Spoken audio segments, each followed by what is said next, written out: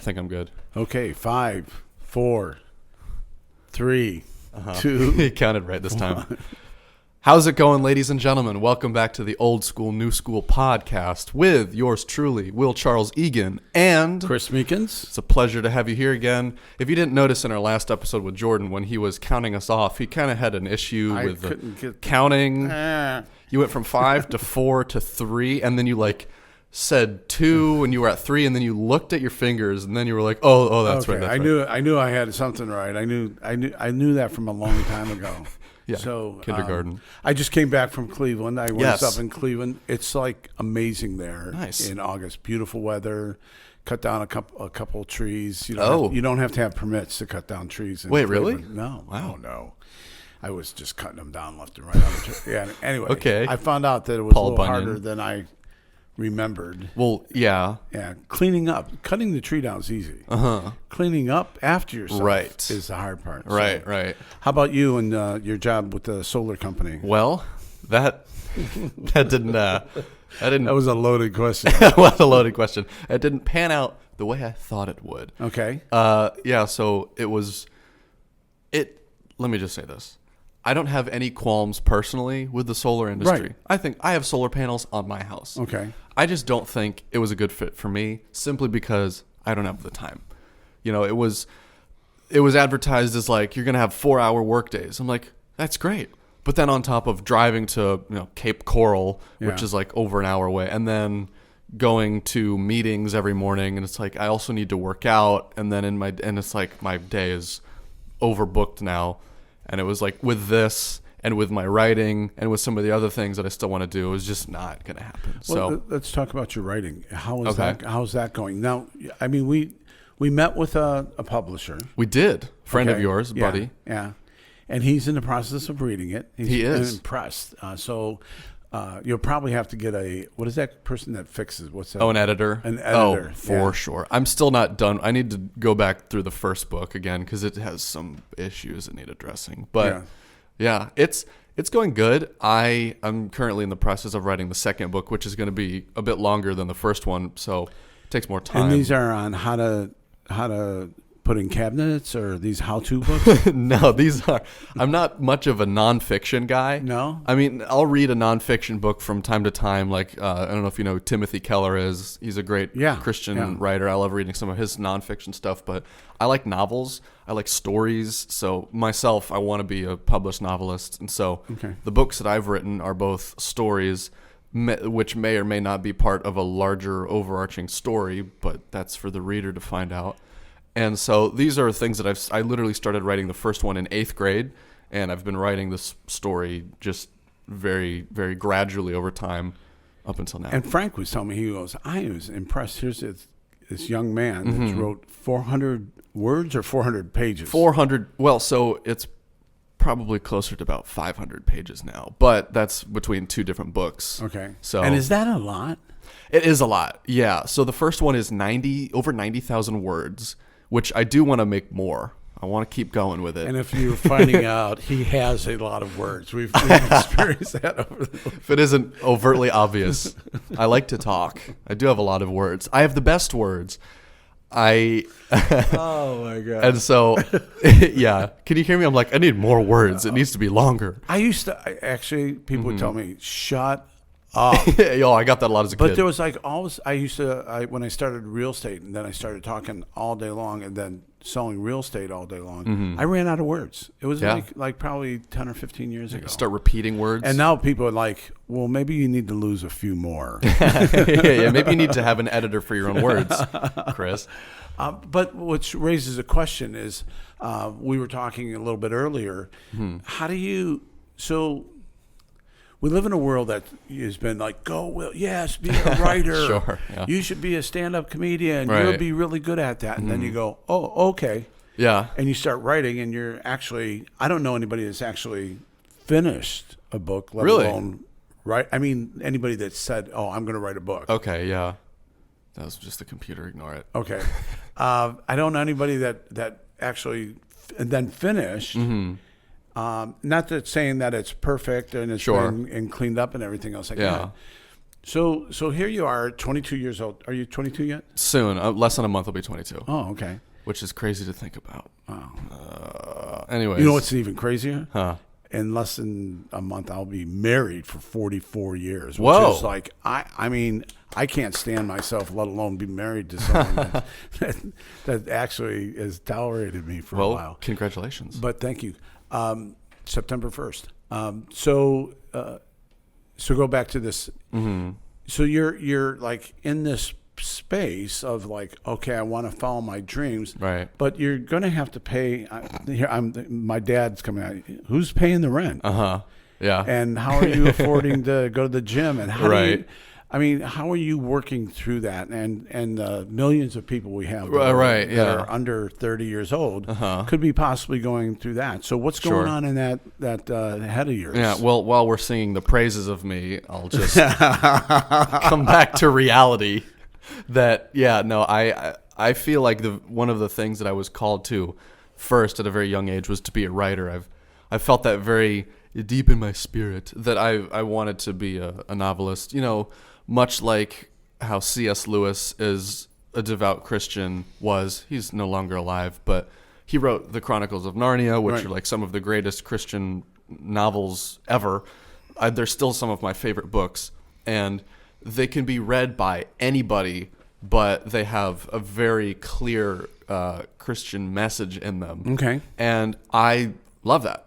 So for me, I wanted to do that in the realm of science fiction and fantasy. So for me, it was something that I really wanted to do. And I felt called, in 8th grade, I don't know if I told you guys, but I had a creative writing class, and every night we would do these nightly journals. And so a lot of my friends were just doing poems and stuff like that, and I was also doing poems. But a couple of my buddies in that class were taking their nightly journals and writing a couple pages of a book every single night. I was like, that's a really good idea. So I started doing that with my first book, and I just kept going with it, and then I typed it out on a Word document. So I feel deeply that I want those published, and I'm writing another one. But to your point, novelists are not the richest people in the world unless you become like a Stephen King who just dumps words onto paper every single day. His novels are literally like 3 to 4 inches thick, and he has all these movies and TV shows made off of his material, which is, best case scenario. When did he become like legit? So he started writing and becoming really legit in like the 80s when he had a couple of his bigger books, like I forget what it's called, but he had the one with the haunted car that would come to life, and that was made into a movie. And then there was Pet Sematary, and then of course there's The Shining, which was, I believe, the 70s. So he started making his way up, and just continually with books like The Dark Tower, and then It, The Creepy Clown. He has all of these movies that are based off of his books, and that's best case scenario. Yeah. Most aspiring authors, the royalties from novels are not the best. No. And it doesn't exactly pay rent unless you become like a New York Times bestseller. How do they make money? I mean, if you can buy a book now it's like $15, $20 for a book. Sure, How much do they make off like the royalties? Do they make like $1 a book? About like something like that. I mean, there's multiple ways of doing it. There's like, here, we'll publish the book and you can just get like a sum of money now, or you can publish the book and receive a bit of every single sale. And it just comes down to who the publisher is. If it's reputable, you're probably going to make less. If it's one of those self-publishing things, you'll make more per novel, but you're not going to get the same exposure. You're not going to get the exposure. Right. So how do you? My mom used to read Agatha Christie murder mysteries. Yeah. All the time. I'm like, why would you? What read do you that? do? Yeah. But then I got my kids were young. I started reading Louis L'Amour, and there's like hundreds of Louis L'Amour cowboy books. I have read every single one of them. Wow. And now I'm working through them again. Oh, man. I can listen to them on audio when I'm working out. Yeah. So I don't listen to Pink Floyd, and Leonard Skinner. Yeah, which are good options. Yes. But. Yeah. So here you are. You've got this possibility or a dream, but mixing that with reality. I mean, you went to college and they're like telling you, no, you can be everything your parents grow up. You can be whatever you want to be. And now you're 21 and you're like, what do I do? Wait a minute. No one's hiring me to be a writer right now. Right. Yeah. There's no ads in the paper for, I'm hiring a novelist. Okay. That's not, but, well, I don't know if my parents were as supportive of my crazy wild dreams. They're more, my dad was like, you should get into water manufacturing. Like, I didn't realize that we still were manufacturing water. Really? Or plastics manufacturing. I'm like, I would rather not. I'm like, no thanks. I've always been the person that's like, I don't want a 9 to 5. But it's like, you're probably going to need to have a job. So what do you think from a biblical standpoint, what do you need to be doing to make this adjustment until I get discovered, right? Yeah, or until I get hired on the fire department, or until I get offered a job to be a plastic surgeon, right? Yeah. Why wouldn't I not? There are Christians in that field. Yeah. That is the question, isn't it? That's like I'm waiting for my big break, right? Okay. And that's something that we talked about like on the last episodes of like being obedient in what you have now. But a lot of that comes down to, just which choice you choose to follow. And I think like there's this idea in, here I'm about to get theological. So get it, man. Strap in. I'll drink some water. Cool. Yeah. I'll drink some water too. So we're ready to go. Here we are. I have more words ready on my. I've got a lot more words. Wet whistle. Yeah. Here we go. Okay. So I'm gonna sit back. Cool. I'll take the reins. So in a lot of the Greek literature, a lot of Greek philosophy, there is this idea that, heaven is this kind of ethereal place in the clouds, and you become this mist after you die. That's kind of how our perception of, you go to heaven, quote unquote, and it's like this land of clouds, which isn't exactly accurate, but that's where a lot of that idea comes from, is from this Greek perspective of like the physical body and work is evil. And the ultimate enlightenment, quote unquote, or the ultimate goal is to leave the body because it's bad and leave work behind because it's toilsome and it makes me sweat and I hate it. And I'm going to become this, amorphous, ethereal mist that floats around the universe and thinks for eternity, because that's how the Greek philosophers would have wanted to live. But that has kind of influenced our Western society a little bit. So the biblical perspective is that work is, believe it or not, work is a good thing. And God wants us to work. And like Timothy Keller, that author that I mentioned earlier, he has this book, this amazing book that I read in high school called Every Good Endeavor. And it basically talks about the role of work in our Christian lifestyle. So every single human being was put on the earth to do good works. And that can literally just be your job. In the beginning, when God created Adam and Eve in the Garden of Eden, there were a couple of things that he said to them to do for eternity in paradise, which is, everybody wants to be in paradise, right? But believe it or not, God said, you have to tend to the garden. You have to name the animals. So he gave Adam and Eve work. Okay. You'd think in paradise you just lay around all day and just drink water and eat fruit.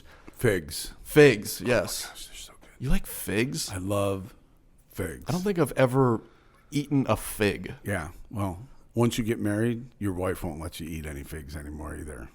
Why? It causes problems. Noted. So I'll eat all the figs I can. Figs. I'm sorry for anybody that offended. I'll eat figs while I can. I'll never say anything offensive ever again.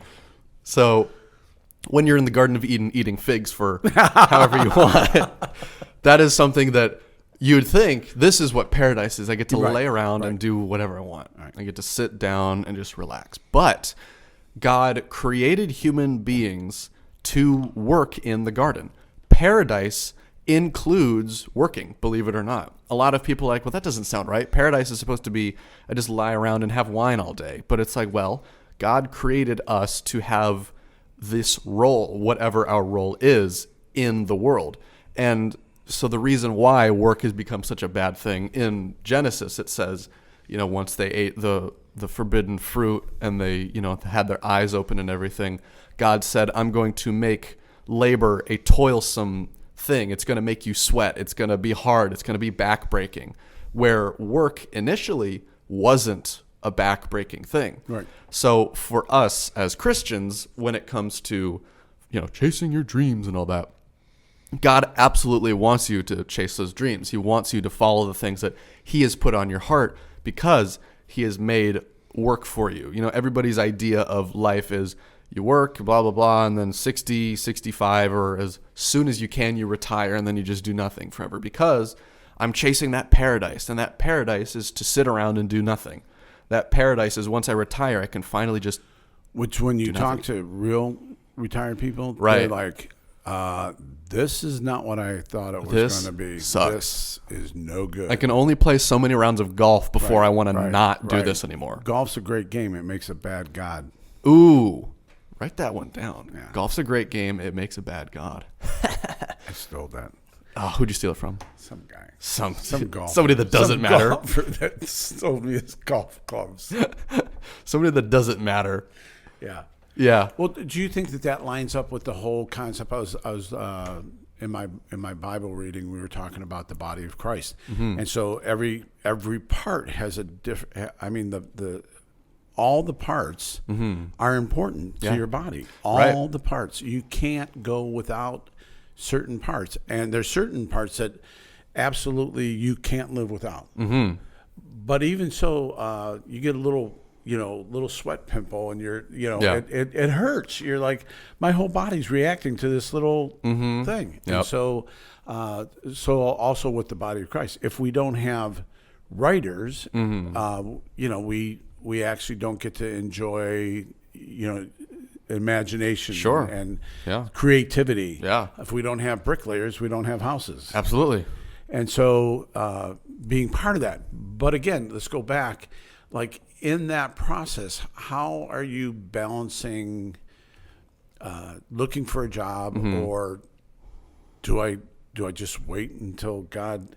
Do I really believe that God's called me to do that, and I'm just going to wait? Because that seems awfully lazy. It does, yeah. And so you're like, am I just being lazy? Am I just sitting around and waiting for the answer to fall in my lap on its own? Or do I go knocking on doors until I get to that and happen to meet somebody? Or one? Yeah. I can tell you right now, not that last one, because I don't think I was called to knock on doors. No, that's brutal. Oh, yeah, especially when you're in Florida and it's hot and sweaty and you don't want to do it anymore. Man. I mean, he was literally going to go knock on doors all day long and ask them if they'd like to buy some solar panels. Well, and if you do, I got a guy that needs to come and talk to you. Yeah. That was probably the worst sales pitch I've ever heard in my life, but that was the gist. That's basically what they're asking you to do. Again, I'm not trying to, once the solar mafia is now going to come for us, I'm not trying to put myself in the same place you're putting yourself. I don't have any problems with solar mafia for legal reasons. I actually want them. Really? Yes. Well, your house has a lot of trees, so we wouldn't even knock on your door. Okay. Too bad. Really? Yeah. No, they look for shade. It's a good south-facing roof for good electricity. So if you want solar, if you have a good south-facing roof with sun exposure, call somebody. Call a guy. Don't call him. Yeah, don't call me. I don't know anything. I'm not in that. So anyway, in the middle of that, you're saying, a lot of your peers are like, yeah, I tried this job, that didn't work. I tried this job, that didn't work. Oh, buddy. I mean, it's not like your degree's in psychology, and it's not like you're gonna go get your doctorate. No, absolutely not. No, or my master's not even. I don't think I will. I might, but I really don't think I'm called to that. Because for me, to your question of like, what do I do? It's being expectant, but not just sitting there. Okay. Right. So like for me, I want to be a novelist and a stand-up comedian. What are you going to do about it? God has called you to this thing. God absolutely said you are called to be a novelist. You are called to be a stand-up comedian. Now, what are you going to do about it? You have to do something, because the Lord on high has said you're going to do this. And you can't just expect that to fall into your lap, because you need to be trained in that art. I heard this one guy say, work like it depends on you. Pray like it depends on God. That's good. And so maybe it's the opposite. Pray like it depends on God. Work like it depends. No, I think it goes the other way. Yeah, it's definitely the first way. So, but there's a place where you have to work at it. Mm-hmm. Okay, so now let's add another element. Okay. Don't you want to be like a good Christian? Sure. And be involved in the collective and be involved in helping Jordan Breon and helping Chris Meekins, walk across the street in my walking.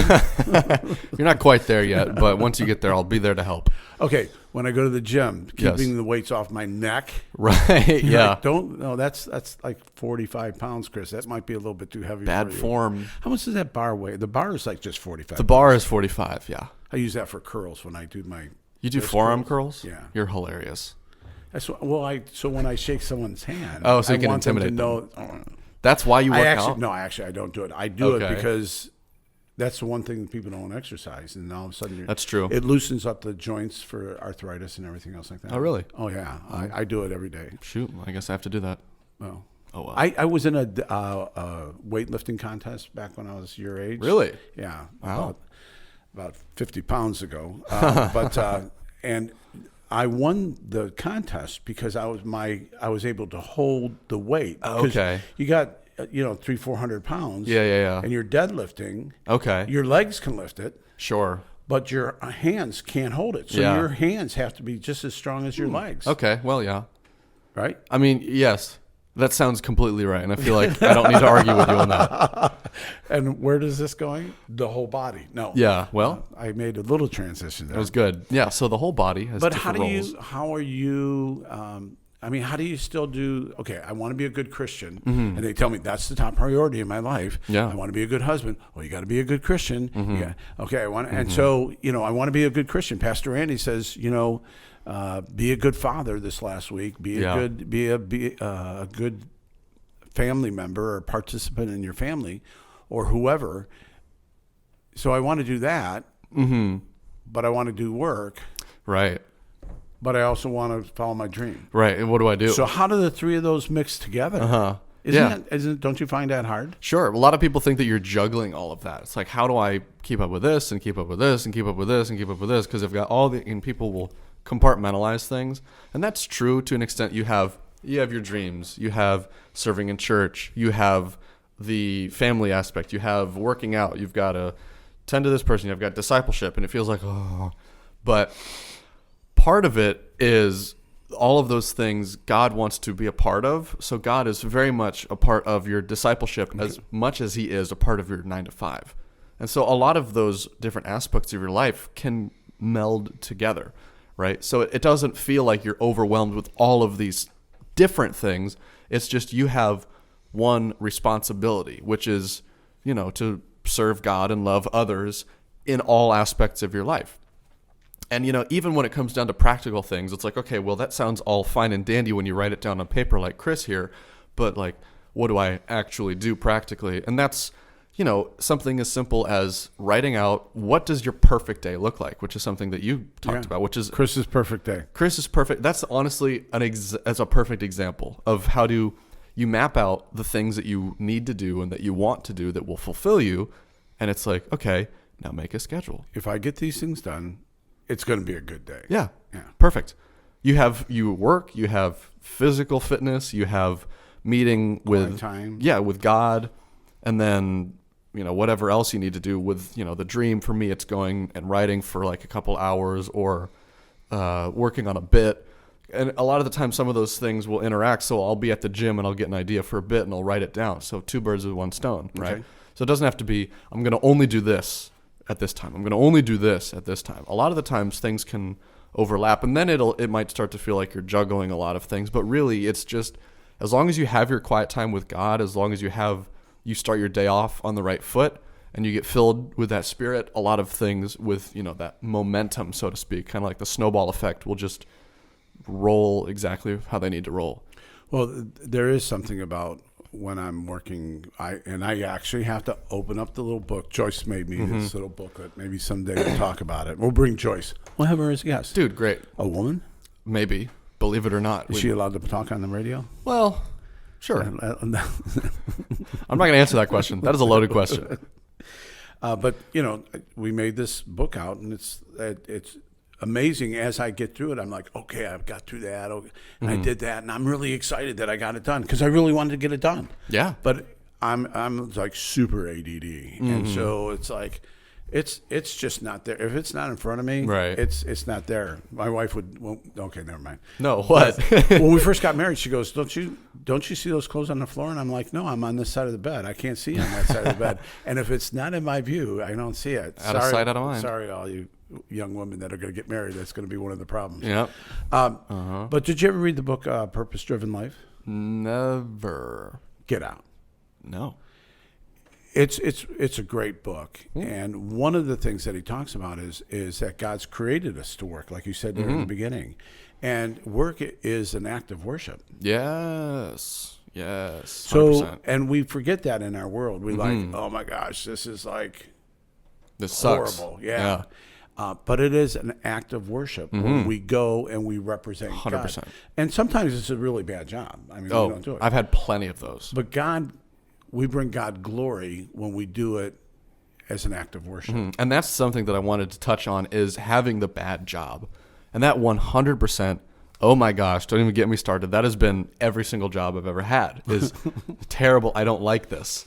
And that is really where it builds character. It's true. It comes into play the most in those types of situations where I am miserable, but I know that I can find good in this. I can represent God and bring him glory by remaining diligent and doing what needs to be done in this job.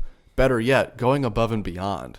So like in all of my previous, restaurant jobs, which I hated, there were tasks that needed to be done and you do them because they need to be done. Why? Because it makes your boss happy. Right. You make money off of it, and because it brings God glory. What you do in secret, even when nobody sees it, God sees it. This is something I learned from one of my coworkers, even at this current job, is what you do in secret doesn't matter who sees it. God sees it, and that's truly what ultimately matters. Because, and this can kind of get into more selfish reasons, but he will reward you for the things that you do in secret. But ultimately, it's for the glory of God. Well, that's where the character's built. Yes. Character's built for you older people sitting at home, and your wife's out with the gals, and you're clicking through the TV. Character is like, well, yeah, nobody knows what I'm watching on TV. Right, yeah. But God does. And that's where character's built. That's right. I was a fireman, which was maybe the amazing job. Yeah. I mean, I got to ride the big red truck. Heck yeah. Okay. What else do you need? It's like life is full. No, I forgot what I was going to say. That's what happens. That is what happens. ADD. There it is. Exactly there it right. Is. It showed up. Wait a minute. Shut the doors. We'll get it in here. Fulfilling life. I don't know what you were talking about. But anyway, you got to live a life that was amazing. Anyway, so here's what I'm getting out of what you're saying is, and so what I do now is the first thing I do, because I know it's difficult. Once I get out of bed, if I don't have my quiet time, it's not going to happen. And if it does happen, it's certainly not as the quality as it is. Right. So I get out, I put on my tennis shoes, put on my headset. I listen to Nicky Gumbel from Alpha. Ooh. And he's reading through the Bible in a year. So that takes like 25, 30 minutes. Yep. And so then after that, I walk for an hour, I pray for a while, and then right at the end, last 10 minutes, I listen to worship. And it starts the day off. And then when I get home, and I try to do that around 6, like a little bit before sunrise. Okay. And so I try to get that started. And then what I'll do is I'll sit down and I don't journal. I write God a letter using acts: adoration, confession, thanksgiving, and supplication. And so I write God a letter, and it takes 10 or 15 minutes. And then I'll sit down, and Joyce and I will talk about what we learned in our quiet time, because she's going through the same thing. And so we have this like great discussion. And if you want to have a better relationship with someone, talk to them about what God is, especially you guys listening to. Ask your wife or your girlfriend or your friend what they think spiritually, and let them talk to you, and you'll have You'll have plenty to talk about. Yeah, that is the best quiet time schedule I've ever heard in my life. And so I try to do it every day. Like today I did men's breakfast. Yeah. But I wanted to make sure that I had God's word in me before I left. Wow. And so I just sat on the recliner, drank coffee, and listened. And so once I do that, I'm free to go be the man that God created me to be. Mm-hmm. And it seems like I've got instructions. Yeah. And some of it's going to work and doing, some things that I don't necessarily like to do. Mm-hmm. But it's doing those things. And quite honestly, in the supplication part, I ask God, I'm like, God, I need a better job. Mm-hmm. Can you open some doors for me? Yeah. Because you have not, because you ask not. Mm-hmm. And so as an adult man, I still like to work. I still sell real estate. Sure. I still like to be around people. But it's really funny because this is starting to take some time. Yeah. I have to train him. I have to train him what to say. In the art of conversation. Oh, because Lord knows I've stumbled a couple of times. Yes, we've run out of words. Where do they come from? But this takes time. Mm-hmm. Starting a men's breakfast, it takes time. Yep. Going on Wednesday night, it takes time. Oh, wait a minute. Having a conversation with our friend, we went with Jordan, had pizza last night, and just sat around and talked. Yeah. Are we allowed to say we smoked a cigar? Yeah, we're allowed to say the three men had cigars. Really? Yeah. It's legal? It's legal. Oh, my gosh. I'm 21. Thank you, Jesus. Yeah, it's fine. You can do that. And we were talking about that last night, like, this is good that we're doing this. It's just we're having conversation.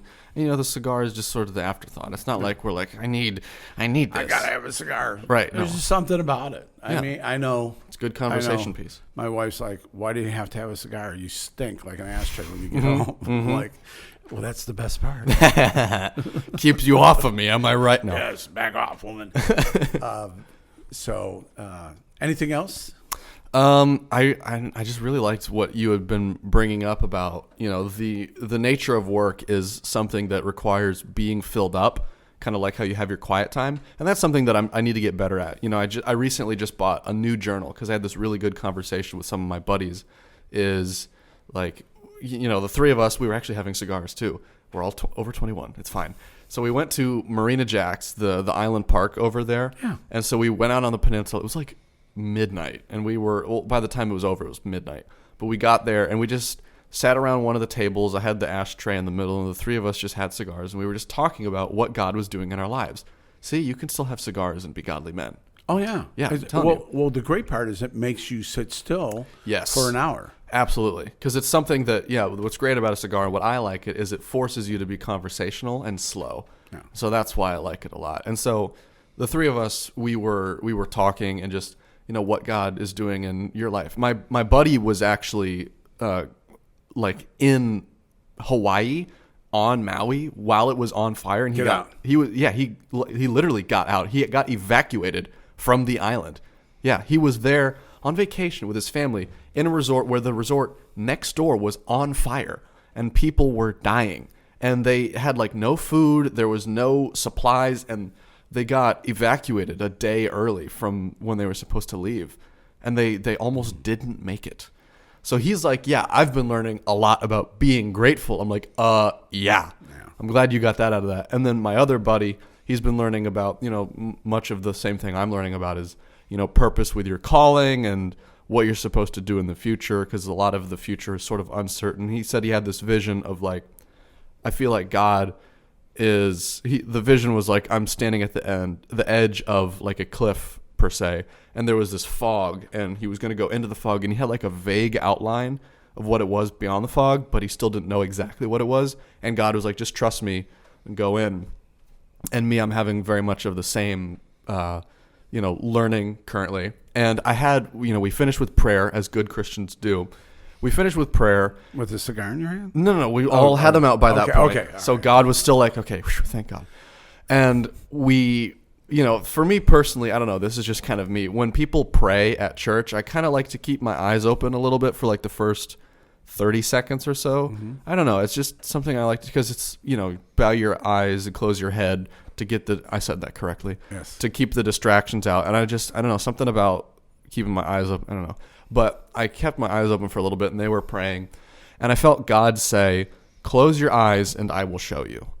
And I was kind of like, what does that mean? Because that's such a profound statement. I really felt God press that on me. And it's, kind of like the kingdom of God is upside down. You close your eyes, you can't see anything. But God says, close your eyes and I will show you. And it's like, well, that doesn't make sense to my mind. But in my heart, I feel like that is kind of how I'm called to walk out the next phase of, like all the previous episodes of obedience. And that is closing my eyes and allowing God to take me where it is that I need to go, and just, prayer and supplication, asking God, wherever it is that you need me to go, wherever it is that I go, I believe it is where I'm supposed to be. It's really difficult in the world we live in to say, I'm really going to trust you, God, for this also. Yeah. It happens when you get older, and I think we have enough money to retire. And then you're retired and you're like, I hope we have enough money to retire. Right, yeah. But God is always, I have to remember, God's always said, you put me first, and I'll take care of you. I'll take care of you, and He always has. I mean, I know for a fact that He has never put us or allowed us to be in anything more than we could. I've been a bad steward. Oh, sure. Quite a bit over Same the here. years, but He's always kept His end of the bargain. Absolutely. And so trusting Him with my career, with my retirement. With me being a father. I mean, I had 4 kids, and I'm like, man, I have no clue on how to do that. Sure. And still. My kids they're like, you have no clue. It shows, Dad. So, I think that's a great revelation, and I think we're all hoping to hear what God shows you with your eyes shut. Yeah, that's crazy. Okay, we could go off. I mean, we could go on another 45 minutes. Sure, which is the best part of this. I love it, man. We love doing this. We love that we get to do this if it isn't clear. So that you people that made it through the whole 40 minutes, the nuggets at the end. So maybe we should call that the name of this podcast, The Nuggets at the End. Maybe not.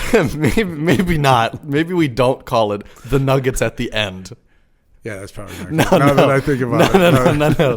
That's a bad idea, Chris. All right. Well, hey, everybody. We love talking to you. Absolutely. Keep the letters and emails coming. We probably should get an email address. Next episode, we'll have an email. I promise. We'll have an email. Anything you want to say? No, just keep on being obedient. Yeah. That's it. Pray for Will God would bring him a publisher. That'd be cool. Not a publisher. An editor? Editor. That'd be neat. My gosh, wouldn't that be cool if an editor called you? Oh, yeah. Said, let me hook you up. The answer fell right into my lap, which is not how everything worked, but it'd be nice. Okay. Yeah. God bless you. See you later. Peace.